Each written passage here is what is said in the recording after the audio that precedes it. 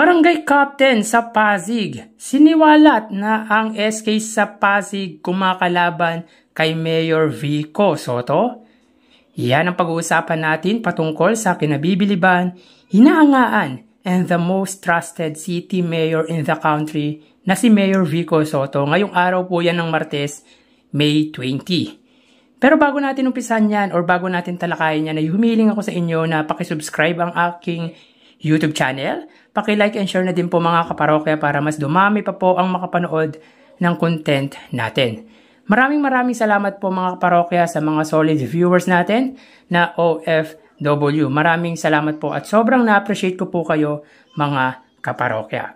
So yun nga mga kaparokya, may pagsisiwalat ang isa sa barangay captain sa lungsod po ng Pasig na si King Cruz patungkol sa mga barangay captain at even ang SK na kumakalaban po sa butihing mayor.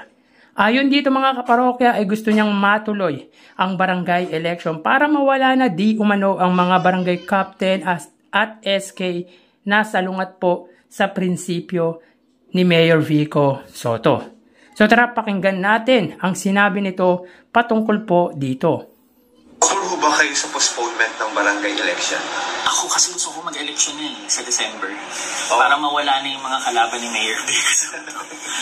Hindi lang sa barangay, kundi gusto ko rin mawala na yung mga SK na kalaban ni Mayor Vico Sotto. Kasi at early stage dapat, huwag na natin palakahin pa yung mga sungay ng mga batang to. Piligilan na natin. Makapaglikha tayo ng mga bagong leader na kabataan na ka-align ni Mayor Vico Sotto sa prinsipyo, sa values, ka-align sa puso. Kasi kung hindi natin ka-align, mahihirapan na rin tayo kasi si Mayor Vico hindi naman forever dito sa Pasig. So kailangan within the next 3 years ay makapaglikha tayo ng mga maraming Vico Sotto. Hindi lang sa barangay, kundi sa SK. And I hope, kung ako ang tatanungin, kung ako ang isa sa senador na pipirma dito sa postponement, hindi ako sang-ayon. Gusto ko ituloy na para mawala na rin yung dapat mawala sa barangay. Salamat po, Kap.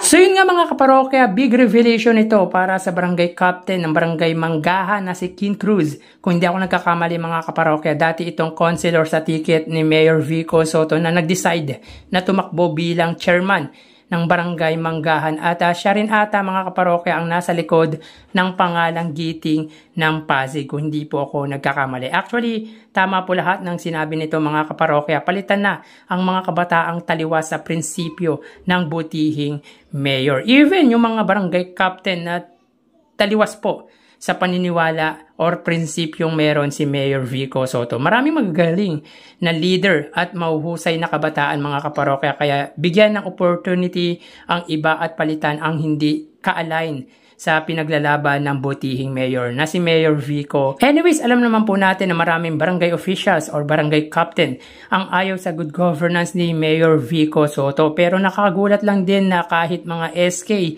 ay taliwas or tila kumakalaban sa ginagawa ng butihing mayor. Nakakalungkot lang po mga parokya dahil na-impluensyahan po sila ng nasa paligid nila. Anyway, ano kayang meron mga kaparokya? Dahil na-impluensyahan ba ng mga kapitan?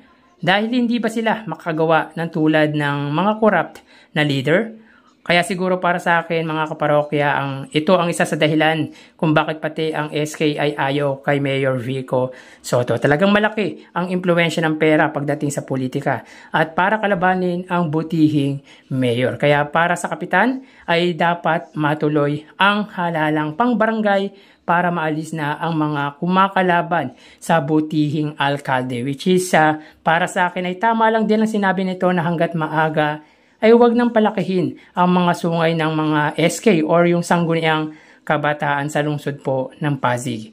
Mga kaparokya, dati akong youth president sa komunidad namin at isa lang po sa napansin ko noon, wala akong nakitang proyekto na nagawa ang SK namin noon. Well, iba noon, pero sa tingin ko wala pa rin naman pong pagbabago magpa sa hanggang ngayon. Anyway, sana nga ay matuloy ang halalang pambarangay dahil napakahalaga ng papel ng mga ito para sa ikaayos at ikabubuti ng isang komunidad. Mga barangay captain na plastic kay Mayor Vico Sotto kapag nagsasagawa ng Oplan kaayusan, tanggalin nyo na po yun, lalo na po yung nasa barangay Kalawaan na akala mo'y napakagaling na leader. Kung tuligsain si Mayor Vico Soto na nasimula nang umupo siya bilang alkalde ng lungsod ay nawala na daw po ang tradisyon at ang sigla ng lungsod Pasig. So kayo mga parokya, anong masasabi nyo patungkol dito? Agree din ba kayo sa sinabi ni Barangay Captain Kin Cruz? Paki-write down na lang po sa comment section ang pananaw nyo patungkol po dito. Hanggang dito na lang po tayo mga parokya. Magsiingat po tayo. Thank you and God bless.